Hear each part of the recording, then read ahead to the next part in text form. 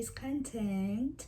Yo, I missed this. It's been a while. I missed sharing like on YouTube, so I am very happy that we're back again. So today I just wanted to share First Corinthians chapter 8. I was reading chapter 8 and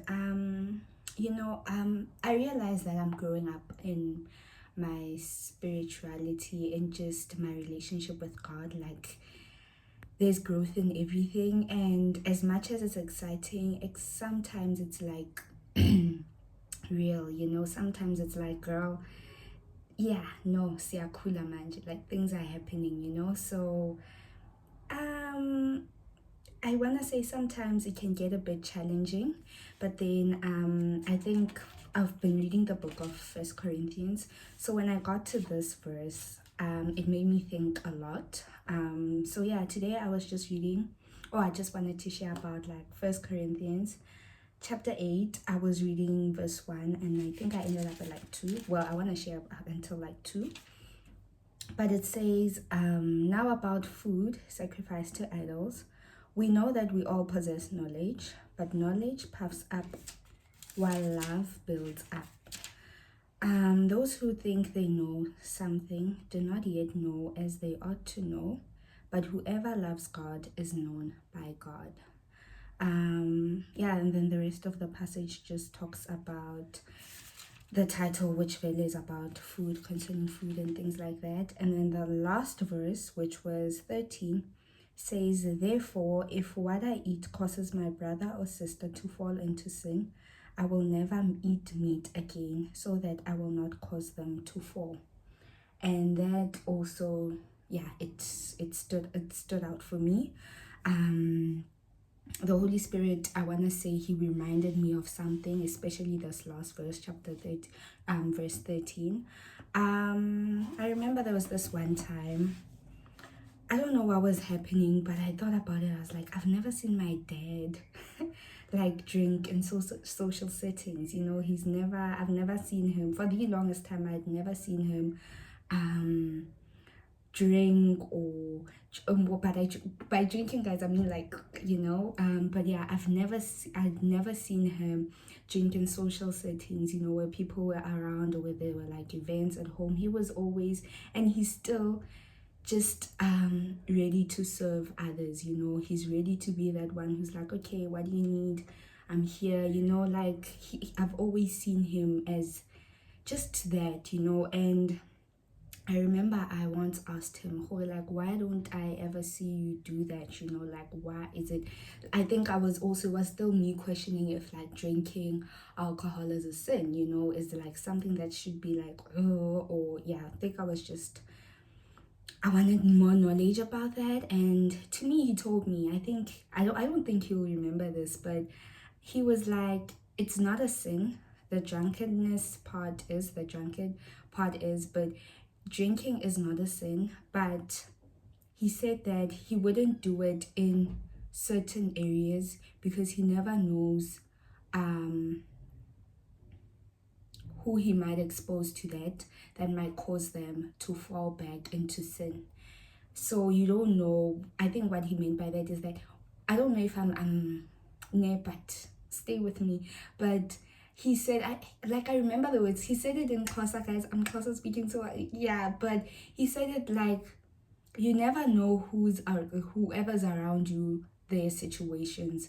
So if you are like, okay guys, like let's chill, let's have a vibe, and you do something that's technically not a sin, but because you don't know someone else's circumstance and they see you as this person who's a Christian and Christ-like, and they see you going to church and they see this, for them it might trigger that thing,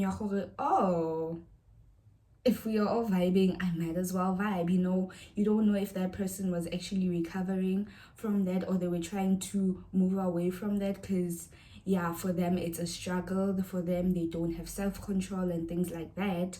So he was like, you'll never know what you're exposing that person to, so it's best to not do it in social settings like that, because remember, you are a carrier of Christ, so you have to to represent him wherever you go. Yeah, that's what he said. I hope I checked, because he said it in closer, but I think I was around 16, 15 when he said that, and it actually stuck by me. Oh, wow.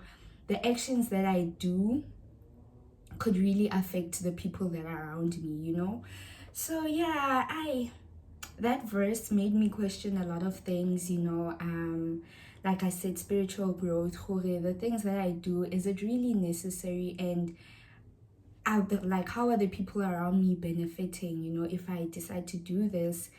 And it's like, I don't know your journey with God, and what if I do this and you're like, Tembeka's also in this journey with me, but if she can do this, why don't I, you know? So I think the biggest thing that I don't want to do is be the downfall for someone else's life or for someone else's situation, you know. The reason why they can't grow is because, you know, I'm sort of like holding you back or something. That's my biggest fear. So yeah, I want to say the Holy Spirit convicted me. I felt convicted when I read chapter 8, particularly, especially the last part. Yeah, 13. I closed my Bible now, but 13. And also the first part was, which was verse 1 and 2. The part that knowledge is, you know, puffy and stuff, but love builds up. I think in you doing that, guys, this is me trying to, how I understood it, né? But yeah, sometimes people might say things to you, and then you'll look back at it and feel like, yo, that really did this, or you feel offended or something. But love builds up. I think what we always need to remember is that it comes from a place of love, but you also have to be able to discern if it really comes from a place of love.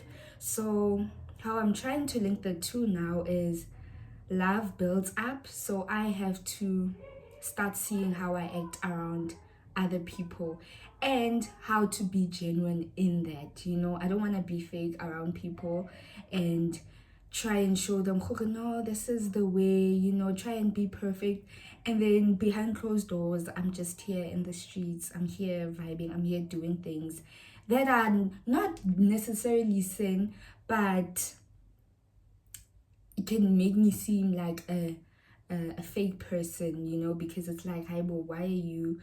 But like, I think my question now is, how do I find this balance of, I want to show you, but I also want to see you. Like, I want us to learn in this thing, you know.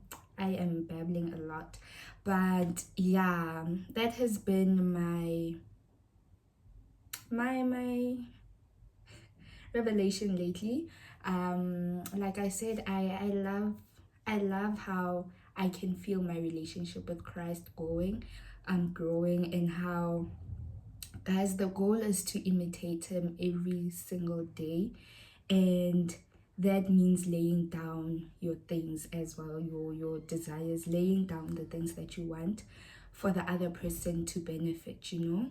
So yeah, that is all that I had to share for today. If yeah, I know I was just saying a lot of things, but just remember that love builds up, and let's just try and be imitators of God, that it becomes a daily bread, a daily thing that we practice, we try to practice. I'm saying this over myself as well, because yeah, I don't want to be the reason someone says, I didn't go to church because I figured because I saw you there. Why would I? Which one? There's no, you know, truth to this, you know. So I don't want to be the reason why someone falls in their journey with God, or becomes lukewarm because of something that I have self-control over, and that is because of the Holy Spirit. It's not even by my things. And because when are you still growing, but you see me do this, now you're like, which home I can also, you know. So yeah, but I love this. I love God's love. I love how it's patient and gentle, because sometimes it can be like, yeah, girl, but yeah, lately he's been very gentle with me. He's been a father, you know, when you realize, oh, he's not just God, but he's actually our Father in heaven. So yeah, guys, that's all I had to share. Thank you for watching. Please comment down below. Just encouraging things to encourage one another in our journey with God, our journey with Christ. Like I said, this is a community.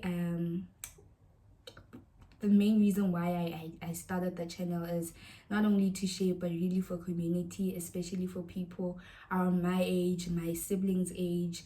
Yeah, guys, we shouldn't do life alone. We shouldn't struggle alone, you know. So yeah, have a good one, and remember that Jesus